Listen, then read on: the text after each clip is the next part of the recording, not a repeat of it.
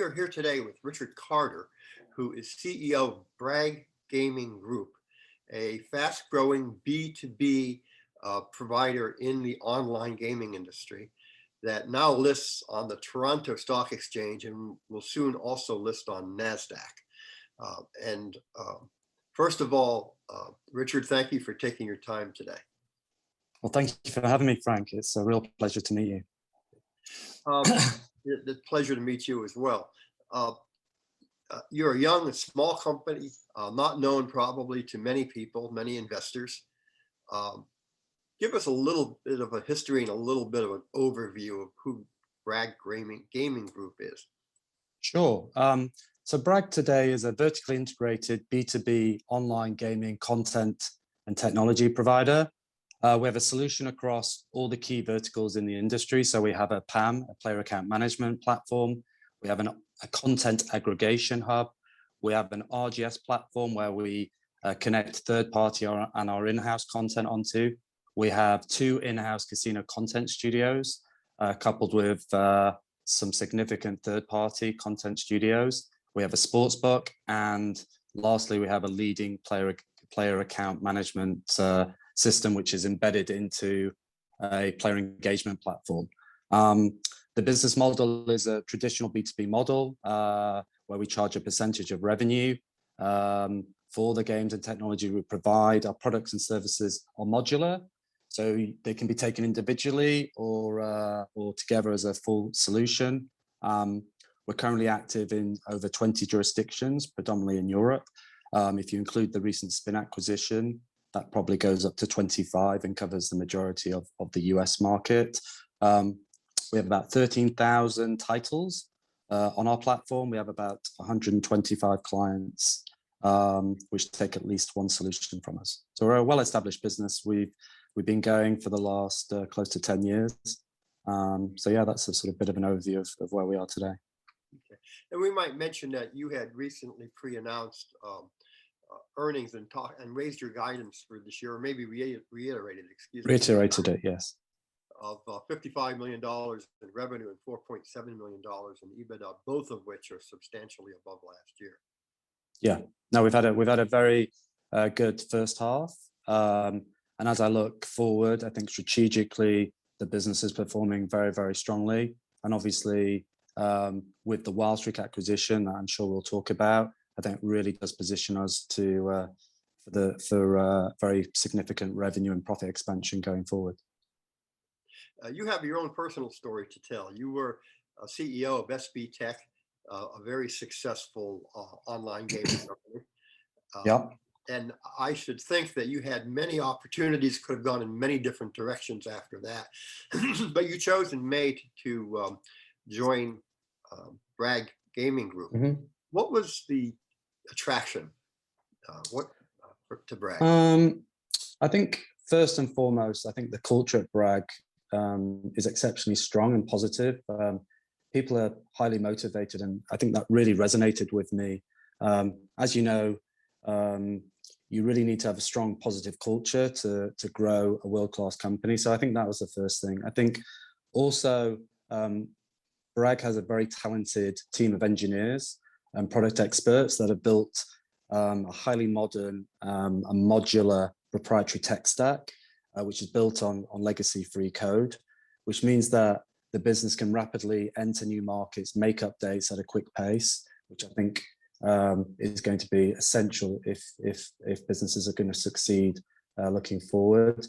It has very strong foundations in place. So I was looking at the market. Obviously, I was part of SB Tech where the business was consolidated, and I believe there's going to be a lot more consolidation. So I think Bragg has very strong foundations, and because of its modular and scalable technology, it will allow the company to partake in consolidation. And I think also that just the product offering, I mean, they have some very cool player engagement tools that can add a lot of value for operators, particularly in North America. So it just ticked all the right boxes. It had people, technology, proven track record. So yeah, so I'm very excited to be here and to be part of this journey. Okay, great. Obviously, you're a growth company, and Hmm. your industry right now is an explosively growing industry. It And is. so Bragg is positioning itself to capitalize on that opportunity. And one thing you've done recently on those lines is to purchase two companies, US companies. One is a company called Wild Streak, and another, which is in process, is a company called Spin Games, which is headed by a fellow we all know very well, Ken Young. Tell us a little bit about your growth strategy and how those two acquisitions play into it. Okay, so I think just starting with the acquisitions, let's start with Spin. I think Spin's a game changer for Bragg because it effectively accelerates our entry into the US market. Kent and Spin have created, fantastic foundations. They have strong relationships with all the key players in the North American market. So it just helps us get to the market quicker. Also, when we're acquiring Spin, we're acquiring a wealth of market knowledge, a wealth of compliance knowledge, and that's obviously invaluable technical knowledge as well. I think additionally, Spin brings us a similar strategy to what Bragg is going down, which is they're increasingly pivoting away to owning their own content, and also it deepens our global development resources because Spin has a well-established development center located in Chennai in India. So I think all of those things together can add a tremendous value for us. Additionally, also, we'll be looking to bring our European content into the North American market, and Spin gives us that conduit to be able to do that. So it just ticked all the right boxes for us. In terms of Wild Streak is a slightly different acquisition. So the thinking behind Wild Streak was that we are increasingly pivoting away to owning our own content. Content is king, and therefore we agreed to buy Wild Streak. And Wild Streak is a business based in Nevada, in Las Vegas. It's run by a guy called Doug Fallon, who worked at Aristocrat and has 20 years of significant land-based experience. He's built a lot of games that are currently on casino floor in North America. And so it's a very, very exciting acquisition for us. And he's been recently pivoting into the online space with tremendous success. It's still very early days, but the performance over the last 9 months of his casino content ranks up there with any of the leaders in the industry. So we're very, very excited to acquire both those businesses, and it really gives us very strong foundations, not only for growth in the North American market, but increasingly with Wild Streak, we're going to leverage that business into the global market. Then just in terms of organic drivers, I think the sort of key organic drivers for the business is new markets. So when I joined Bragg, it's effectively a business that was focused on Central Europe. We don't have a license in the UK market, which is one of the biggest regulated online casino markets in the world, which has a TAM of somewhere around 5 to 6 billion. And that represents about 41% of the European market. So one of the first things we've done here is to apply for a license in the UK. We're also going to focus on the Italian market, and then which is worth around 2 billion. And then we've got the US market to focus on, which is a run rate, as you know, of over 3 billion. So it's going to be new markets is going to be a key growth driver. And then obviously the existing markets we're already in grow roughly 10 to 15% a year. And then layered next to that is really the sort of key strategy of the business, which is we are pivoting away from taking third-party content and distributing it to owning our own content. So Wild Streak, we've brought in-house content, and then we have our own studio. So increasingly going forward, the core growth driver of the business is going to be releasing our content to the underlying operators. So there's quite a few levers that we can pull, and that's why we're very excited in terms of looking forward in terms of the growth opportunity. Yeah, you very clearly, excuse me, have described that growth opportunity and how Spin Games and Wild Streak play into that. If you were to look out 3 to 5 years, Mm-hmm. what kind of company will Bragg Gaming Group be? So it's going to be a IP owning, very content focused B2B provider with global distribution that has player engagement tools that sit at the heart of everything we do. So it's going to be very data driven with strong technology and then content. And I think that will resonate with the underlying customers, and that will create a very sizable and very significant B2B online gaming business that can compete on very favorable terms with all the big guys in the industry.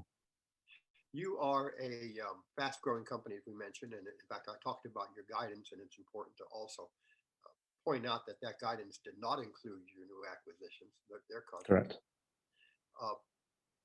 But you are in a world of much larger companies with great resources and established lines of business. What's your competitive advantage in that environment? I think we have a lot of competitive advantages. There's definitely an advantage to being big. There's no doubt about it. But it's definitely not a harbinger for future success. So when I joined SBTech, everybody said the same things. You've got all these big companies in the sector. How are you going to compete? Well, we competed on innovation, being quick, being agile, looking at changing trends, and then being quick to adjust. And I think these are the advantages that we're going to use here. We're going to be very agile. Our technology is very scalable. It's legacy free from in terms of code, and that allows us to develop content and products quickly. So I think that's going to be a key advantage for us. Big is not always best. I think secondly, I think through the Wild Streak acquisition, we have a very strong portfolio of compelling online content, which I think will resonate and go head to head with the majority of the larger companies in the sector. For example, Dragon Power, which is a game that Wild Streak released last year, I think, is live in New Jersey, and it's one of the top performing online casino games in that state. So that gives me a lot of confidence that we can grow and prosper. In additionally, in Europe, Wild Streak also has some top performing casino games. So that gives me a lot of strong belief. And I think also, when you look at the big companies in the sector, they actually get a lot of their content from third-party studios. So we've just bought a small third-party studio, but we can leverage that and grow it. And we'll add some more game designers into that studio, and we'll grow that way. So I think at the end of the day, this industry in particular has proven, if you have good quality content and a very strong technology platform, then I think there's pretty low barriers for us to be able to grow. So I don't see being so big as such a big advantage specifically in this industry. You are going to list very soon in the United States on a direct listing. Tell us a little bit about what you hope to accomplish through that listing, and maybe why you're choosing the direct route.